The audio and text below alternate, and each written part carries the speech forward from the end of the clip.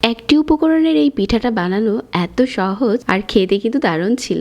আজকের এই পিঠাটা গরম গরম পরিবেশন করেছিলাম মাংসের সাথে। পিঠার জন্য নিয়ে নিচ্ছি 2 কাপ চালের গুঁড়া, সাথে দিয়ে দিচ্ছি হাফ চা চামচ লবণ। অল্প পানি দিয়ে প্রথমে একটা গোলা বানিয়েছি, তারপর এটাকে ভালো করে কষলিয়ে এটার উপরে আরও পানি দিয়ে দিলাম যাতে গোলাটা আঠালো হয়।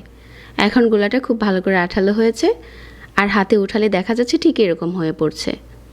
পিঠার গোলাটা রেডি। একটা প্যান বসিয়ে তেল দিয়ে টিস্যু দিয়ে মুছে হাত এভাবে করে ডুবিয়ে ডুবিয়ে গুঁড়িয়ে গুঁড়িয়ে দিয়ে দিচ্ছি। এই কাজটা চাইলে কিন্তু আপনারা চাইলে যে কোনো বোতল ছিদ্র করেও বানাতে পারেন। হাত দিয়ে বানালেই সময় কম লাগে, কয়েক সেকেন্ড লাগে একটা পিঠা কুক হতে। তো এভাবে করে আজকে সবগুলো পিঠা বানিয়ে নিব। আর আমার কাছে মনে হয় দুনিয়ার সবচেয়ে সহজ এই পিঠা, যেটা ইনস্ট্যান্ট বানানো যায় আর খেতে অনেক মজার হয়। আজকের এই পিঠাটা হচ্ছে আমি কষানো মাংসের সাথে পরিবেশন করছি। আশা করছি পিঠার রেসিপিটি সবার ভালো লেগেছে। পেজ ফলো করতে ভুলবেন না।